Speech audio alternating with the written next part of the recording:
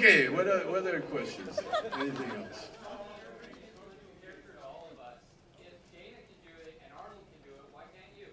Oh, do the political thing? Can you run in Canada? I really, I really don't have the temperament for it. I really don't, and definitely don't have the ambition. Fuck that. I want to be an artist, man. I want to sit in a little room with the jazz playing in the speakers, and I got some weird shit on the wall, and I'll be looking at it going, "What the fuck is that?" If we make and then Dana... I'll have somebody come down and spend $150,000 for it. That's what I want to do. That's what I am going to do. But he's here to help Dana, right? No, and we'll have a fundraiser for him. Get all the billionaires, man. We'll get it. We can get his ass in office, man. We can do it. It can be done. It can be done. And I think we'll end it on that and bring Dana up. Yes, let's bring him out here. So thank you very much.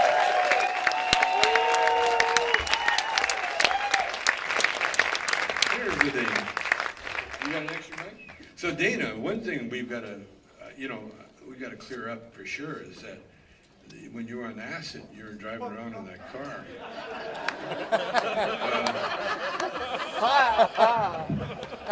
Like, yes. Was it window pane?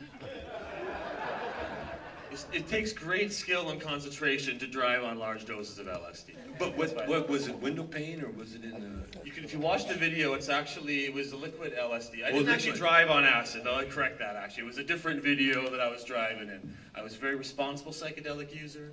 Walked around my community, filming myself, rambling with whatever things I had to share with my audience. But it was actually a liquid LSD that someone had sent me in the mail. Yeah. And I don't think people send me in the mail anymore. Did you accidentally take it? No, it was. It's LSD. It was like, hey, I'm doing a show. My show today is about Dana Larsen taking LSD, and I got it here, and someone sent it to me, and I'll take a few drops. Oh, and you did it. And then I did it in the show, and I walked around. But there's been a few. To me, I was showing people what that is, and that you don't go. I'm not like, oh, there's dragons everywhere, and there's ants crawling out of my skin. Like I'm very reasonable. I've got interesting things to say, but it's not a lot of outside craziness going on. It's things happening inside, right? Did you see God?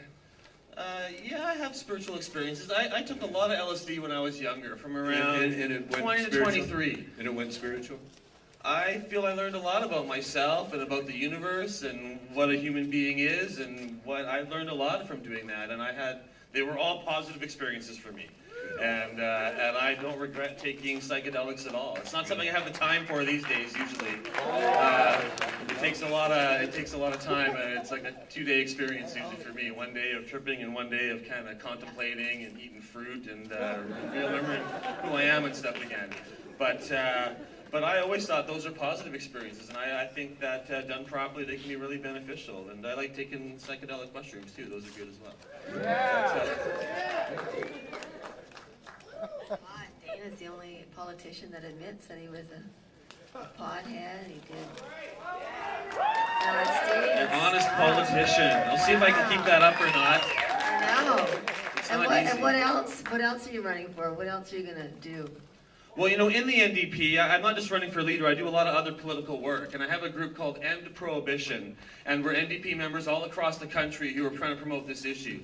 And I've gone to like 20 NDP conventions in different provinces across Canada. We've pretty much written the drug and marijuana policy for the NDP in like 5 or 6 provinces now, got it passed as policy, and so it's been really successful. We built a really big network of people in our party, and that's what my work in the NDP is about, is finding a home for the marijuana movement.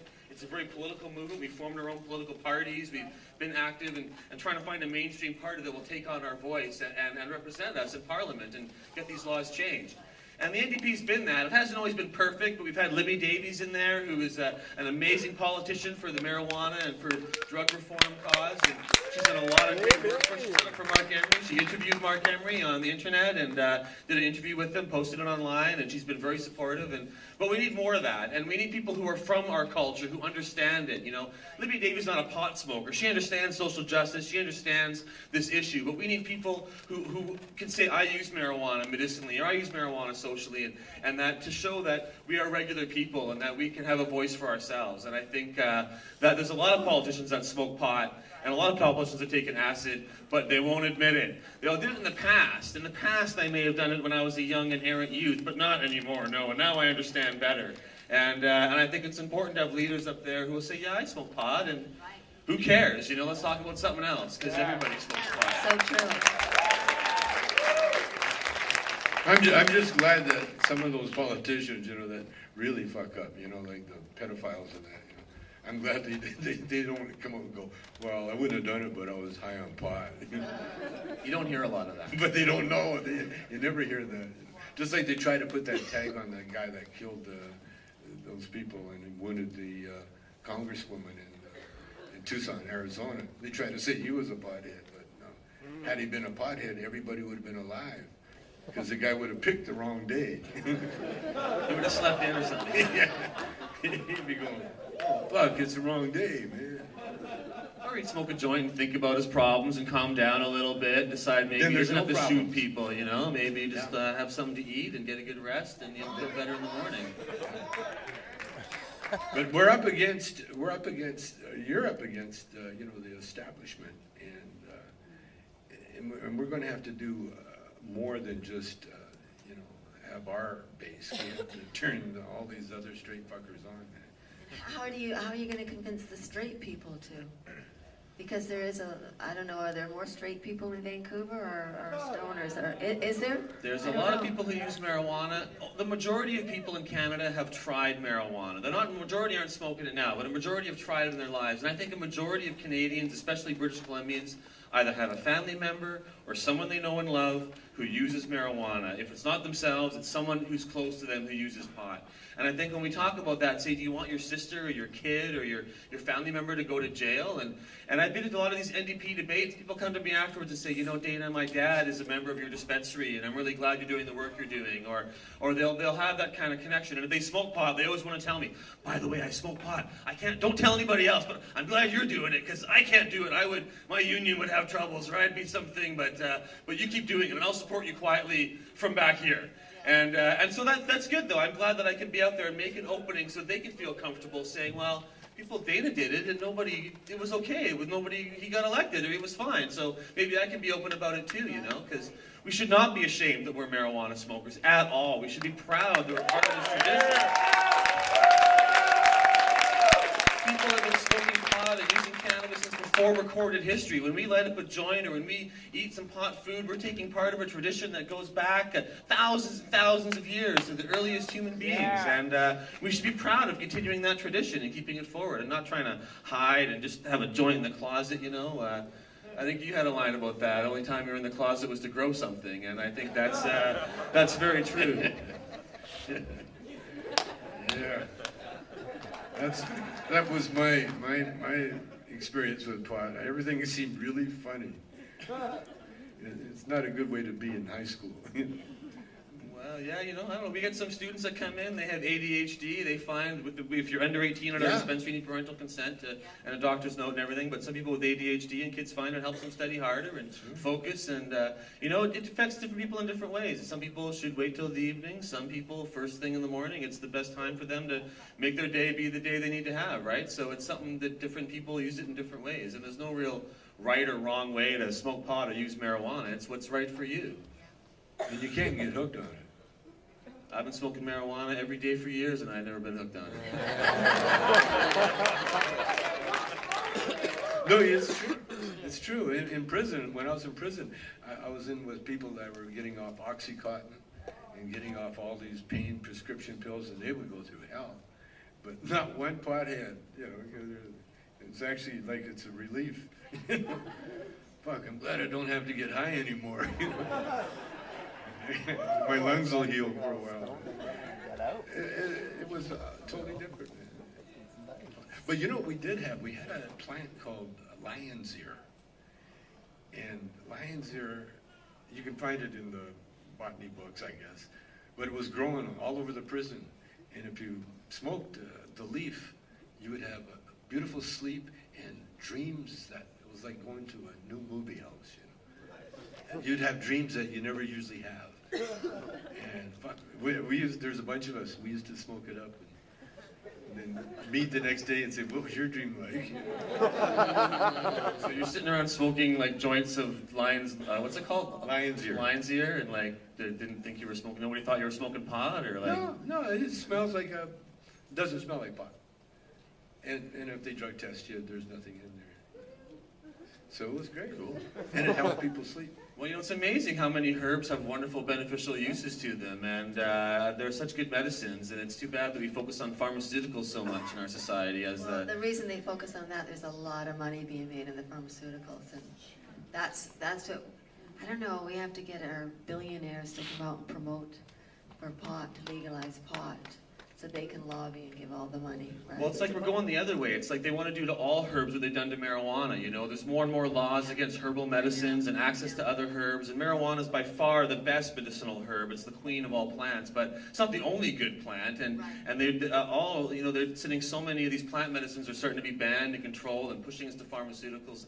As Premier, I would do the opposite. I would want to see more focus on plant medicines and make the government do some of this research into these non-patentable medicines. You know, they say, well, no one's going to study that because they can't patent it. They don't make any money off it, so why would they do any research? And it's like, well, that's maybe a job the government can do, and analyze some of these things and make that information publicly available to everyone in open source.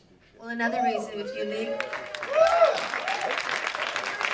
and also legalizing pot, I mean, I don't know, but you could get taxes from it, and that they could make money that way. So, you know, it doesn't all. No, they're already making shitload of money off it. They are? Oh yeah. By incarcerating Well, you people? figured out that this BC especially has been in a recession forever, and you can't tell thanks to the pot industry.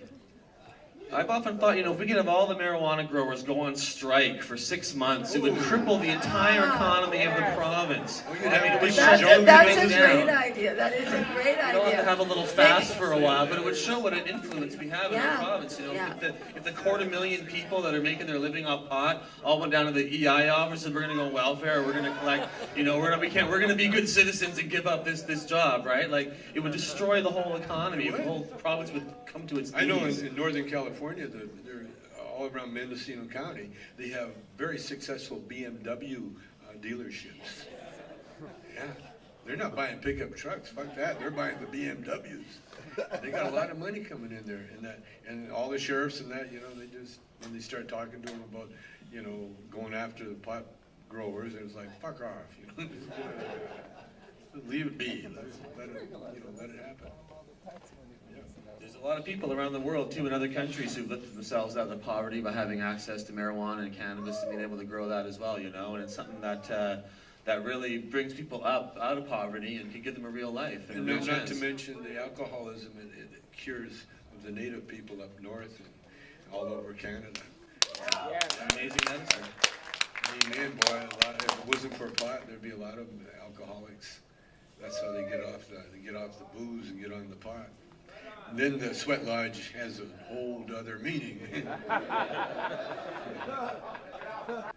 I don't want to interrupt anything, but it's time for my medication. Hey, it's been a great night, everybody. Thank you so much. I'm so pleased to have everybody here. Thank you very much, Tommy and Shelby, for being here.